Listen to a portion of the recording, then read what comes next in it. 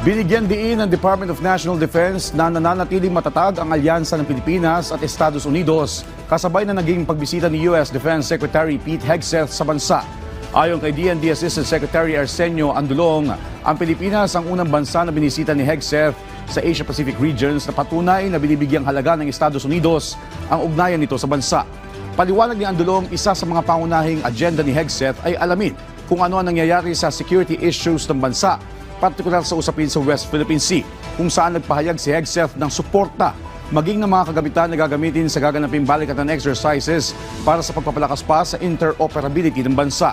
Dagdag pa ni Andulong, kasabay ng pag-upo ng bagong administrasyon ni Trump, nakitaan na rin naman nila ng indikasyon na nagpapahiwatig na tuloy pa rin ang suporta ng Estados Unidos sa bansa at hindi maaapektuhan ng pagbawas ng assistance ng USA sa NATO.